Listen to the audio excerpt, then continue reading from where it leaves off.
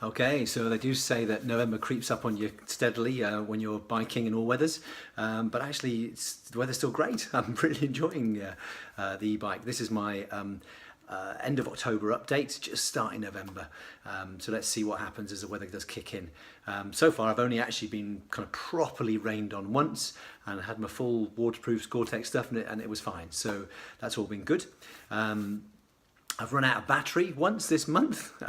The charger wasn't turned on overnight, so when I came to it was only 9%, which felt weird. It was a bit like the car running out of petrol. When I sort of thought, I've run out of juice, what am I going to do? And then the kind of realisation that actually it's a bike and I can pedal. So it's great. You've always got a get out clause even if you run out of juice. Excitingly, the GP community locally is really engaging with this. I've had some great colleagues locally, Jeff Schrecker, Jez McCole, who've been doing this thing for longer than me, but now some of the other GPs are starting to get on board. There's a big movement to think about sustainability and the role that doctors play in doing that locally. They've caged that greener practice, led by Artie Bansal and Amar Ragani, who's the Royal College GP lead. And Amar's actually very industriously set up a little bit of a link, I think, with Giant Sheffield to think about how doctors can, how they can make a link with doctors that want to use an electric bike for their work, just as I'm doing it. And maybe it's a trend that'll catch on, and maybe we can spread it around the country through the Royal College of GPs. Wouldn't that be a great example for us to set as doctors?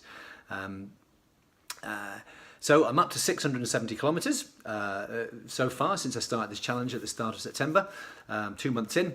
And the best quote that I've had so far, I have to credit to St John Livesey, another doctor who's been riding an e-bike, and he said to me, an e-bike replaces a car, not a bicycle. And I think that's a really great ethos to have. It's just not about making cycling easier, it's about enabling to get rid of your car. And that's what I'm really getting behind. Update from my family, we've kind of dropped to 1.5 cars. My wife's now got a little Fiat 500, which is kind of half a car. So we're making progress to getting to drop in the car, one step at a time. Keep going. Thanks for all the people that follow me. Thanks to people who are joining in and sharing through Twitter and the internet and so on. I'm really loving this community and this adventure together. Nice one.